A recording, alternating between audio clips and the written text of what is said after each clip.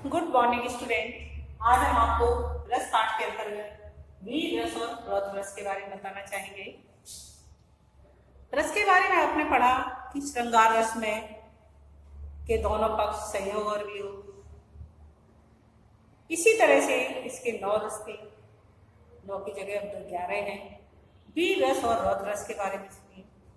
वीर रस कौन सा रस होता है?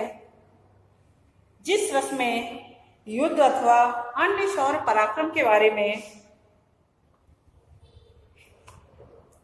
हृदय में जो उत्साह की अनुभूति होती है वो वीर रस का कहलाता है। युद्ध हो या फिर अन्य कोई भी पराक्रमी कार्य करें हम, इसमें दान देना भी, यदि हमारे अंदर वीर रस का स्थायी भाव है, उत्साह। और उत्साह का मतलब है कि जब तक किसी कार्य को करने के लिए हमारे मन में उत्साह नहीं होगा तब तक हम वो कार्य नहीं कर सकते हैं। वो कार्य वीरता से ही भरा हुआ होता है जब हम कोई भी कार्य को उत्साहपूर्वक करते हैं, चाहे वो युद्ध भूमि में जाना हो, चाहे दान देना हो, चाहे धार्मिक कार्य करने हो या फिर किसी पर दया दिखानी हो। इन तीनों में ही उत्साह, 3 या 4 हैं, चारों में ही उत्साह अति आवश्यक है। यदि हमारे मन में इन कार्यों को करने का उत्साह नहीं होगा तो हम किसी भी तरह से इन कार्यों को नहीं कर सकते। युद्ध भूमि में यदि हमने सैनिक को भेज तो दिया, लेकिन क्या वो वीरतापूर्वक लड़ सकता है यदि उसके मन में उत्साह नहीं है? दान देने के लिए हमने उसको किसी भी तरह से मना तो लिया, लेकिन मन से तो वो दान देना ही नहीं चाहता है, या उसके मन में दान देने का उत्साह ही नहीं है, तो वो उस कार्य को कैसे करेगा? उसी तरह से धर्म के कार्य करना, धर्म के कार्य करने के लिए भी मन में उत्साह की आवश्यकता है। और दया दिखाना, लोगों पर दया और या उनकी सहायता करना, यदि ये कार्य करना है तो भी हमारे अंदर उत्साह की आवश्यकता है। अवलंबन क्या होता है इसका? ये शत्रु होंगे, यदि युद्ध भूमि में जा रहे होंगे तो शत्रु होंगे। जब हम शत्रुओं को देखेंगे तो हमारे मन में अपने आप उत्साह जागृत हो जाएगा। दान के लिए हमने देखा कि गरीब भूखे लोग हैं तो हमें उनको देख करके दान देने की इच्छा अपने आप होगी। ये अवलंबन हो गई। उद्दीपन कार्य क्या हुआ? ये उदाहरण हम आपको सिर्फ शत्रु का युद्ध भूमि का बता रहे हैं। युद्ध भूमि का क्या है? हे सारथे, है द्रोण क्या देवेंद्र भी आकर लड़े, है खेल क्षत्रिय बालकों का व्यूह भेदन कर लड़े। मैं सत्य कहता हूँ सखे, मैं सत्य कहता हूँ सखे, सुकुमार मत जानो मुझे, यमराज से भी युद्ध में प्रस्तुत सदा जानो मुझे। ये पंक्ति उस समय की है जब अभिमन्यु छोटा बालक था और वो चक्रव्यूह भेदने के लिए उस चक्रव्यूह के अंदर प्रवेश कर जाता है। तो ये वीरता से युक्ति काव्योक्ति कही गई है। इसमें उसके मन में उत्साह है चक्रव्यूह भेदने का। अवलंबन क्या है? शत्रु सामने है। उद्दीपन क्या है? चक्रव्यूह की रचना की गई है। किस तरह से उद्दीपन भाव, मतलब किस तरह से उनके मन में ये भाव आए? देखिए, चक्रव्यूह की रचना की गई थी। अनुभव क्या है? अभिमन्यु के वचन है, अर्थात अभिमन्यु ये कह रहा है कि कोई भी शत्रु मेरे सामने नहीं टिक सकता है। और संचारी भाव क्या है?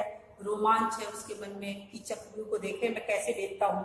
उत्सुकता है उस चीज को जानने की, और उग्रता है या लोगों को दी हुई चुनौती है। इस तरह के संचारी भाव हैं जो उसको युद्ध भूमि में या चक्रव्यूह में जाने के लिए प्रेरित कर रही है। वीर रस के 4 भेद माने गए हैं। युद्ध भूमि में जाने का मतलब है इसमें युद्ध भूमि में वीरता और उत्साह का प्रदर्शन करना। दानवीर है तो इसमें अपना सर्वस्व दान देने के लिए उत्साह का भाव होना। धर्मवीर है तो इसमें धर्म के प्रति निष्ठा, त्याग और उत्साह का भाव व्यंजित होना। और दयावीर है तो उसमें दुखी प्राणियों को देखकर उनके मन में दुख दूर करने का उत्साह होना। यदि ये सभी भाव आते हैं तभी वीर रस की उत्पत्ति होती है। रौद्र रस नेक्स्ट इसमें दिया गया है, रौद्र रस। रौद्र रस क्या होता है? जहां पर अपने गुरु आत्मीय की निंदा, देशभक्ति का अपमान, जहां पर शत्रु से प्रतिशोध की भावना, क्योंकि इसका स्थायी भाव है क्रोध। रौद्र रूप कब होता है? जब हम क्रोधित हो जाते हैं। आपने देखा कि जब आपको क्रोध आता है तो अच्छा बुरा सब कुछ भूल करके आपका जो भी मन होता है वही बोलने लग जाती है, तो इसका क्रोध है। क्रोधित होने पर व्यक्ति रौद्र रूप धारण कर लेता है। और क्रोध क्यों आता है? या तो वो अपने गुरु या आत्मीजन की निंदा सुनता है, या फिर देश का अपमान हो रहा होता है, या शत्रु के प्रति उसके मन में प्रतिशोध की भावना होती है। यदि ये कार्य होते हैं तो उसके मन में क्रोध उत्पन्न हो जाता है। जैसे उदाहरण दिया हुआ है, श्री कृष्ण के सुन बचन अर्जुन क्रोध से जलने लगे, सब शील अपना भूल कर करतल युगल मलने लगे, करते हुए ये घोषणा ये हो गए उठकर खड़े, उस काल मानो क्रोध के तन कांपने उनका लगा, मानो हवा के जोर से सूता हुआ सागर जगा। इसका स्थायी भाव क्या है? क्रोध है। श्री कृष्ण के वचन सुनकर के अर्जुन को बहुत अधिक क्रोध आने लगा। वो अपना शील भूल गए और हाथों को मलने लगे, अर्थात युद्ध करने के लिए तैयार हो गए। अब वो कहने लगे, जब श्री कृष्ण ने गीता का उपदेश दिया था उन्हें, देखे युद्ध भूमि में, तो वो इतने अधिक वो क्रोधित हो गए कि वो अब ये कहने लगे कि अब पूरा संसार मुझे देखेगा कि कितने शत्रु हमने युद्ध भूमि में मारे हैं।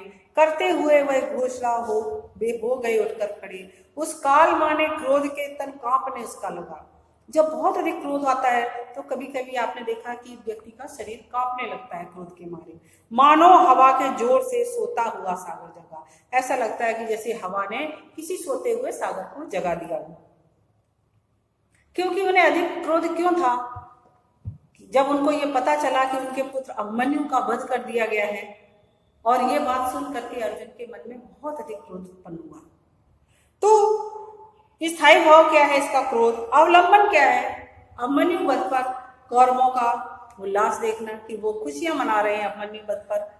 उद्दीपन क्या है? जब श्री कृष्ण ने उनको इस बात की खबर दी और अभिमन्यु की मृत्यु में कि जो अनिष्ट की आशंका की खबर दी श्री कृष्ण ने, अनुभव क्रोधपूर्ण चेतावनी देने लगे वो कि यदि आज शाम तक है ना, मैं जयद्रथ को न मार दूं तो मैं खुद अपने आप को अग्नि में समर्पित कर दूंगा।